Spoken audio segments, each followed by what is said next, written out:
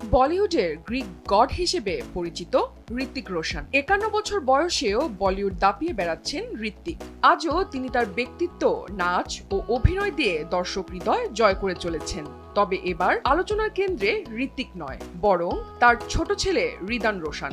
সম্প্রতি Ridan the রোশনস documentary সিরিজের সাফল্য উদযাপন অনুষ্ঠানে উপস্থিত হয়ে সবার নজর কেড়ে নিয়েছেন। রিদান ঠিক যেন তার বাবার মতোই দেখতে। রিদানকে দেখে অনেকেই বলছেন বাবার জেরক্স কপি।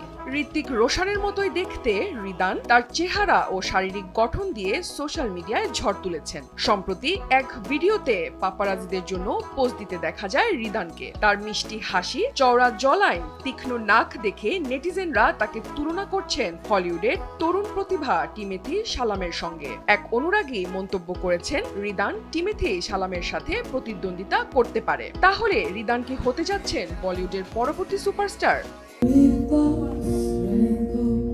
ঋত্বিক এবং সুজান খানের ছেলে রিদান এখনো তরুণ, তবে তার সৌন্দর্য এবং আত্মবিশ্বাস দেখে অনেকেই মনে করছেন একদিন হয়তো তিনি তার বাবা ঋত্বিকের মতো বলিউডে নিজেকে প্রতিষ্ঠিত করবেন।